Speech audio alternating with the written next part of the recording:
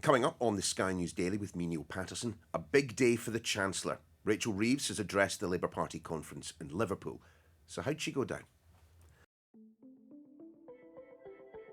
Hi everyone, Neil here with the Sky News Daily, and we are off to Liverpool because, of course, that's where Labour are holding their annual conference. And usually for a party in government, it's an opportunity to engage in a bit of backslapping over things they've managed to achieve.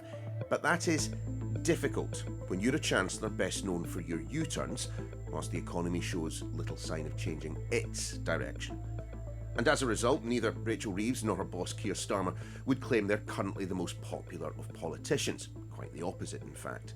Still, there is a budget due late November, so what we heard in Liverpool could give some indication of what's coming. I'll be speaking to our economics editor in just a moment. First, though, here's a flavour of what we heard from Rachel Reeves. In the months ahead, we will face further tests, with the choices to come made all the harder by harsh global headwinds and the long-term damage done to our country, which is becoming ever clearer. Our first year in power was about fixing the foundations. Our second must be about building a renewed economy for a renewed Britain. Ed Conway, our economics editor, is at the conference in Liverpool. Ed, so how did the speech go down? It went down pretty well. She's had this really tough year, Rachel Reeves, personally and obviously with what's happened in economic policy. There was the episode, obviously, is very familiar with, of the tears in the House of Commons. But also, you know, there's the U-turns, the fact that the numbers are really not looking so great. The economy is weaker in certain respects than a lot of people would have expected. Inflation is higher. So I think a lot of people wondered, how is she going to be? And she seemed pretty confident. I guess the kind of telling moment was everyone was expecting there to be a heckler, you know, potentially all of these big speeches. There's going to be some sort of protest, probably about Gaza, given what's going on right now. And there was, and she obviously was expecting it, and she had her lines to deliver, which she had clearly memorised. We understand your cause, and we are recognising a Palestinian state, but we are now a party in government, not a party of protest. And actually, he kind of stood down. He wasn't kind of carried out screaming. Instead, he was kind of silenced by her response and by the cheers that happened around that. It went well, and it went, I would say, actually better than expected with the party faithful. They were probably kind of they enjoyed it. But then that kind of goes to this broader kind of question, which is what was the content in it? There were some policies, but there was nothing that was strictly new because so much of it had been pre-trailed. So, you know, ending youth unemployment, kind of long-term youth unemployment, that was a big commitment that's been made. It's not entirely clear how they would do that, but again, you know, it's certainly kind of interesting. British steel for British ships, again, it is an interesting reflection of the fact that we don't actually make much of the steel that we use in this country. How's the government going to make that happen? Well, no one's entirely sure. So there are still enormous questions about some of these commitments, but like I say, none of them was big enough that you're likely to see them on the front pages tomorrow. I think that's the key thing. And you know, you can make the reasonable question, well, hang on, this is a party in government right now. Are they actually going to be able to move the needle in this kind of a forum rather than at the budget? Fair question, but actually think back to the Tories and George Osborne in particular. When he came to conference as Chancellor, he was always very keen and very clear that he wanted a policy.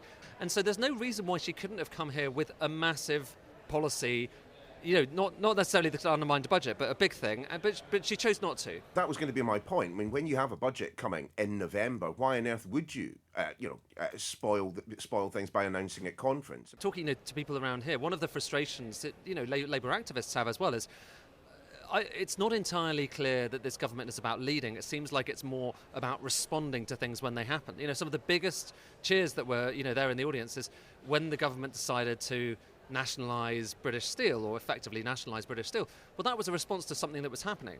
And so far, I think one of the concerns here is that this government hasn't really had, you know, set out what its vision is on how it wants to change the country clearly enough that when things happen, it's obvious that it was their idea rather than being a response to the prevailing conditions. So you're right, yeah, she chose the other route, but it's not a given that she couldn't have gone in a different direction. Which I accept, but I'm just making the point that perhaps it is safer, given that every time this Labour Chancellor has taken the lead, as you say, for example, increasing employer contributions and national insurance, businesses hated it. Yeah, and I mean, that this is back to this kind of bigger issue, which is that when she did that, I think she sincerely thought that it would be the only time she would have to do something difficult and really unpopular. And the difficulty that she's faced with now is she's having to come back, and this was the subtext, I think, to some of this speech, is she's having to come back and say, listen, we're about to have to announce some stuff that's going to be tough again. And there were a few kind of references to that within the speech. Stuff, there's work to be done. And that essentially, the kind of interpretation of that is, this is kind of about as good as it gets for a while. She's had this difficult year, and part of the difficulty of it is there's still they've still yet to actually implement the fixes to the stuff that's gone wrong in the past 12 months. And that's before you even consider to be honest with you, the bigger stuff, which is that the Office of Budget Responsibility, and I know we talked about it before, I'm afraid we're going to talk about it again, but it's just the way that their fiscal rules are set up means that every time the OBR comes back and says, we think actually the economy is a bit weaker or stronger than expected, then all of a sudden that has a massive implication on the amount of fiscal headroom that she has. And again, she's made her bed and she's kind of got to lie in it, but it's going to get bumpy. You say she's made her own bed, but actually wasn't the argument she was making from the podium today that actually it wasn't her that made the bed, it was the Conservatives that did it, unfortunately, and they made it really badly, and that is why we're in the position right now. I mean, an awful lot of time was spent pointing a finger of blame, presumably because come November, she's going to be doing the same. Yeah, I think she will. She will be blaming the Conservatives. But no, she didn't need to choose the fiscal rules she chose. She didn't need to structure them in the way that she has. That was all up to her. It was up to her or rather up to Labour in general, to put a commitment in the manifesto not to raise taxes. So a lot of the problems that she is faced with right now are ultimately of her own making, as well as the prevailing economic conditions, which owe probably more to the previous governments. I mean, one of the problems that any Chancellor faces, but in particular Rachel Reeves, is that institution that you mentioned before, the Office for Budget Responsibility, producing reports twice a year, and she's got one coming down the pipeline on Friday. I'm finding it pretty interesting to hear rumblings, that actually she would prefer the OBR assessment not to be twice a year, presumably for some pretty obvious reasons. Yeah, she would, and frankly, actually, that seems perfectly reasonable, because what happens is, as a result of having certain fiscal rules, which she says are ironclad, and those fiscal rules are basically dependent on how fast the OBR thinks the economy is growing right now. It means, obviously, every time they take a different view on how fast the economy is or isn't growing, then that has a bearing on the fiscal rules. So, and they are duty-bound under legislation, which goes back to the Tories, to do 2 forecasts a year. But again, think back to, last year, she kind of had an opportunity to do this. The Labour government didn't have to come in and say, we're going to basically grandfather all of the rules that the Tories have imposed, and or kind of fiddle them and make them slightly different in our case. They could have done something bolder and just, tested out the market beforehand. They didn't, and I think that was probably quite naive, and she is still suffering the kind of long-term consequences of it. What then have we learnt about the state of confidence in Rachel Reeves? Has she served herself well today, in that regard at least? I think there's a lot of people who are kind of conscious that Keir Starmer can shuffle people along quite easily. He's shown himself ready to do that with other ministers in recent months. And I think a lot of people within business would be nervous if that happened to Rachel Reeves. Not necessarily because they kind of very much agree with her policy, but just because it's just another sign of instability in UK policy making. And so I think there is support for her as Chancellor. Actually, talking to people, Neil, around here, one of the things that happened recently was Johnny Reynolds. So Jonathan Reynolds was the business secretary, and he was kind of moved on from that job recently, and Peter Kyle has been put into that job. And I think talking to business kind of people, I think a lot of people thought, well, why did you do that? He was doing a good job. He had quite a lot of support with businesses, and why would you move him at such a critical time? And so I think they're kind of conscious that the same thing might, it's not implausible, the same thing could happen to the Chancellor in the face of some sort of whatever kind of crisis or difficulty there is in the next kind of 6 to 12 months. There's a lot of people here who would be very nervous about that happening, because it's not like the problem is all about her. Certainly there are things she could have done differently, but frankly the problem is the UK economy is not that strong at the moment. Policy isn't particularly coherent right now.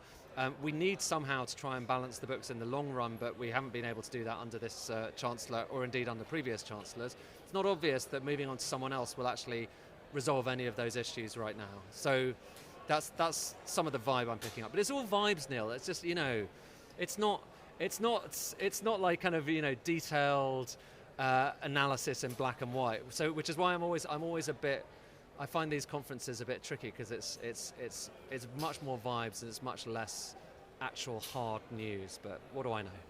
Well, let's take you back to your bread and butter then, Ed, and look forward to that budget. Can we say with any certainty that we know anything that is going to be going in there? VAT, income tax, any form of tax rises? We do know, definitely, that she has this kind of pinch point right now. And you'll probably have seen, everyone's been talking about these numbers like £20 billion, £30 billion. Those numbers don't actually come from the OBR. That's people kind of working out, modelling it themselves. But until we actually hear definitively from the Office of Budget Responsibility what the size of that hole, in inverted commas, actually is, no one really knows. Talking to ministers who have been involved in budgets, the weeks ahead of a budget are kind of terrifying, because one week you're ahead, the numbers are looking good. The next week the OBR comes back and says, oh no, actually looking at the numbers, it's a bit more kind of testy. And so we're going to have this roller. I think, if anything, view this week as the moment that we're really properly getting on the fiscal roller coaster that will climax in November the 26th in the budget, because we're going to have so much briefing on this stuff, so much kind of kitchen sinking of all the bad news, that I'm afraid if you're already sick of talking about fiscal rules and the Office of Budget Responsibility and black holes, I'm really sorry. You're just going to have to switch off your TV and not get this podcast for the next... Am I allowed to say that? Do get the podcast. Get this podcast. It's a great one. But just for the next few months, it's going to be a lot like that, because that's where we are. We're on the roller coaster, baby. But does she actually have any options? Am I missing something? I keep hearing captains of industry, CEOs, FTSE 500, 100 companies, telling me that Rachel Reeves is doing the wrong thing. What's the right thing? What are the obvious choices that she has at her disposal right now that she can get through Parliament, for starters, but that will actually also increase productivity and increase growth? Or am I just missing something? Talk to anyone who didn't have to sign up to that manifesto pledge that basically said we're not going to raise income tax, national insurance, VAT, and they will say, well, it's not nice to have to do it, but if you're going to have to raise £20 billion or £30 billion, it's very hard to do it without putting income tax up a bit. Maybe the threshold, so that might be the one that goes. So you freeze the thresholds where people, the rate at which you start paying those kind of various different levels of income tax. Or VAT, again, 20% VAT, it's higher in many European countries. You can raise quite a lot of money by raising VAT. The problem is, A, people notice it pretty quickly, because then everything you're spending money on goes up. And B, Labour have committed not to doing it. And so that's the thing. If the simplest thing to do, if you just wanted to raise this money and you weren't worried about all those kinds of things, is you would just raise one of the big ones. But whether they feel they can get away with that is another question. Well, I'm wondering if she's even more reticent to do something like that, given that, the Mayor of Greater Manchester, Andy Burnham, breathing down her neck, and of course Keir Starmer's neck at the moment, is out there openly saying he'd be bumping the top rate of income tax. His name is the one that hangs over every conversation here. And it's very easy when you're kind of on the outside to say, well, this is what we would do. The difficulty that Rachel Reeves has is she has very specifically penned herself in on almost all of the easy levers to pull. And so it is difficult for her, mostly because of the commitments that she's made. And I think a lot of that really was her responsibility. You say it's difficult. Am I wrong to push you to saying that actually, given the restrictions she's placed on herself, for Rachel Reeves, it's more than difficult, it's impossible?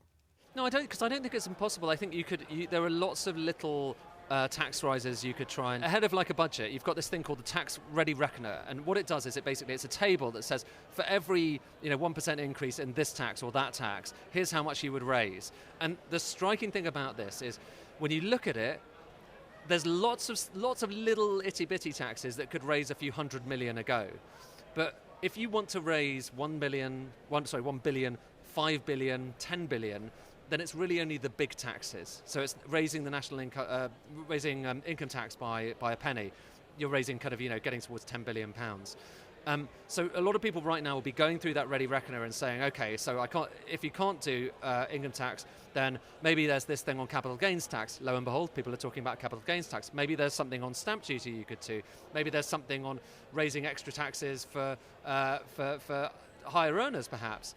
All of those things are there in the ready reckoner as options, and if you put enough of them together and presume that you'll actually make some money on them, which isn't a given, by the way, then you could maybe get to kind of sums like 20 billion pounds. But it would take a pretty superhuman effort, because pretty much every time any government has raised that amount of money, then they've had to do it. They've had to have at least one of the big ones in there, whether it's VAT or national insurance or income tax. So it's hard for them. But I think the final thing, I don't know, maybe you've got many more questions, sorry, but the final thing I'd say is I think there's a lot of pitch rolling going on at the moment. So, in a way it slightly serves Labour's purpose for them to be saying, oh, well, you never know. It could be any of these things. Darren Jones was talking earlier on today to Sophie and Beth, and basically says, well, right now that manifesto pledge stands that we're not going to raise any of those main types of taxes. But tantalisingly, it's like, oh, will it stand tomorrow? Will it stand next week? Will it stand the week after that? It might well be that to some extent it serves their purposes to almost dangle the prospect of quite scary tax rises in the next few weeks, so that when it comes to the budget they can say, well, obviously we looked at that and we decided we weren't going to do that because we're going to stick to our promises. So there's probably a lot of pitch rolling going on, and like I say, in just the same way as there's going to be lots more talk about black holes in the coming weeks, there's going to be a lot more pitch rolling from Labour at the same time. Thanks, Ed. And there's more analysis from both Ed and our political editor, Beth Rigby, available on the website skynews.com. The Daily's back tomorrow.